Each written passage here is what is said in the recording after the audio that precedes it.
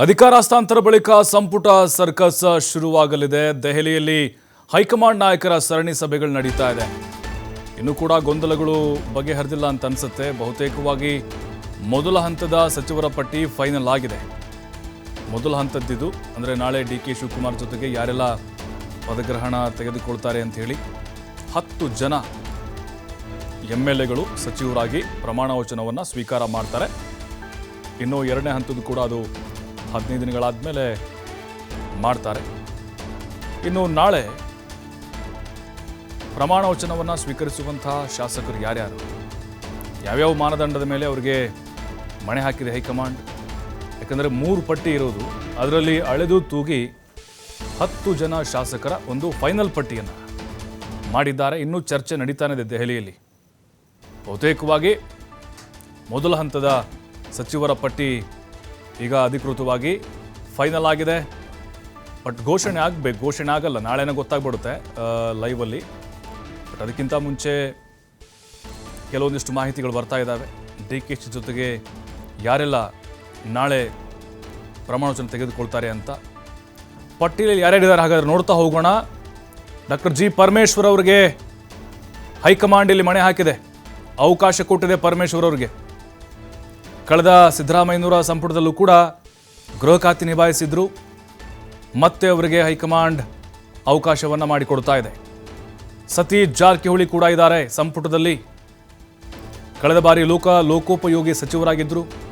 ಈ ಬಾರಿ ಕೂಡ ಅವರಿಗೆ ಮಣೆ ಹಾಕಿದ್ದಾರೆ. ಬಹುತೇಕವಾಗಿ ಸಿದ್ದರಾಮಯ್ಯನವರ ಅತ್ಯಾಪ್ತರ ಎಲ್ರಿಗೂ ಕೂಡ, ಅಂದರೆ ಆಲ್ಮೋಸ್ಟ್ ಎಲ್ರಿಗೂ ಕೂಡ ಅವಕಾಶಗಳನ್ನು ಇಲ್ಲಿ ಹೈಕಮಾಂಡ್ ಮಾಡಿಕೊಟ್ಟಿದೆ. ಕೆ.ಎಚ್. ಮುನಿಯಪ್ಪ ಕೂಡ ಇದ್ದಾರೆ, ಕೃಷ್ಣ ಬೈರೇಗೌಡ ಕೂಡ ಲಿಸ್ಟ್ನಲ್ಲಿದ್ದಾರೆ, ಮತ್ತು ಪ್ರಿಯಾಂಕ್ ಖರ್ಗೆ ಎಲ್ಲ ನಿರೀಕ್ಷೆ ಮಾಡಿದಂಥ ಹೆಸರುಗಳು. ಬಟ್ ಒಂದು UT ಖಾದರ್ ಸ್ಪೀಕರ್ ಆಗಿದ್ದರು. ಈಗ ಅವರು ಕೂಡ ಮೊದಲ ಹಂತದಲ್ಲೇ ಸಚಿವರಾಗಿ ಪ್ರಮಾಣ ವಚನವನ್ನು ತೆಗೆದುಕೊಳ್ತಾರೆ. ಕೆ.ಜೆ. ಜಾರ್ಜ್ ಇಂಧನ ಸಚಿವರಾದಂಥವ್ರು ಹಿಂದೆ ಈಗ ಪ್ರಬಲ ಖಾತೆಗಳ ಮೇಲೆ ಕಣ್ಣಿಟ್ಟಿದ್ದಾರೆ.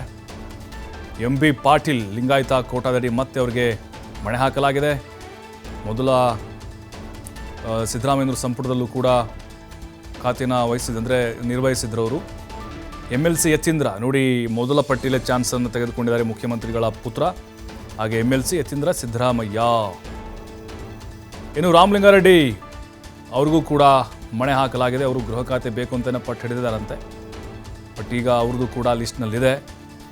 ಮುಜರಾಯಿ ಮತ್ತು ಸಾರಿಗೆ ಖಾತೆಯನ್ನು ನಿಭಾಯಿಸಿದ್ರು ರಾಮಲಿಂಗಾರೆಡ್ಡಿ. ಬಟ್ ಈ ಬಾರಿ ಯಾರಿಗೆ ಯಾವ ಖಾತೆ ಕೊಡ್ತಾರೆ, ಗೃಹ ಖಾತೆ ಯಾರು ಪಾಲಾಗಬಹುದು, ಇಂಧನ ಮತ್ತು ಬೆಂಗಳೂರು ನಗರಾಭಿವೃದ್ಧಿ ಡಿ.ಕೆ. ಶಿವಕುಮಾರ್ ಇಟ್ಕೊಳ್ತಾರಾ ಅಥವಾ ಬೇರೆಯವ್ರು ಕೊಡ್ತಾರಾ, ಬಹಳ ಕುತೂಹಲ ಇದೆ. ಚೇಂಜಸ್ ಏನಾದರೂ ಮತ್ತೆ ಮೇಜರ್ ಆಗ್ಬೋದು ಅಂತ.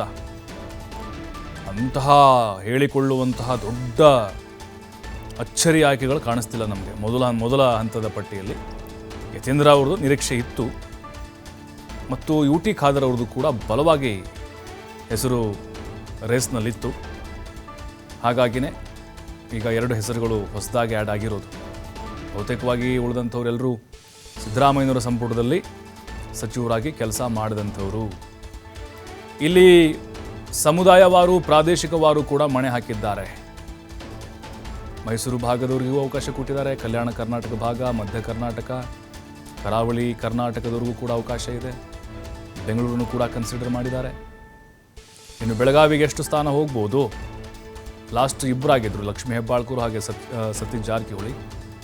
ಈಗ ಮೊದಲ ಹಂತದಲ್ಲಿ ಸತೀಶ್ ಅವ್ರ ಹೆಸರಿದೆ, ಮತ್ತು ತುಮಕೂರಿನಿಂದ ಪರಮೇಶ್ವರ್ ಒಂದು ಹೆಸರಿದೆ. ಅಲ್ಲಿ ರಾಜಣ್ಣ ಕೇಳ್ತಿದ್ದಾರೆ, ಷಡಕ್ಷರಿ ಕೇಳ್ತಿದ್ದಾರೆ, ಗುಬ್ಬಿ ಶ್ರೀನಿವಾಸು ಎಲ್ಲ ಡಿಮ್ಯಾಂಡ್ ಮಾಡ್ತಾನೆ ಇದ್ದಾರೆ. ಹಾಗಾಗಿ ತುಮಕೂರಿನಿಂದ ಒಂದೇ ಫೈನಲ್ ಆಗುತ್ತಾ, ಎರಡನೇ ಹಂತದಲ್ಲಿ ಏನಾದರೂ ಆ್ಯಡ್ ಆಗುತ್ತಾ ಅನ್ನೋದು ಇಂಪಾರ್ಟೆಂಟ್ ಆಗುತ್ತೆ ಇಲ್ಲಿ. ಕೆ.ಎಚ್. ಮುನಿಯಪ್ಪನವರು ಕಳೆದ ಬಾರಿ ಆಹಾರ ಸಚಿವರಾಗಿದ್ದರು. ಅವರ ಪುತ್ರಿ ರೂಪಾ ಶಶಿಧರ್ ಅವರು ಕೂಡ ರೇಸ್ನಲ್ಲಿದ್ದರು.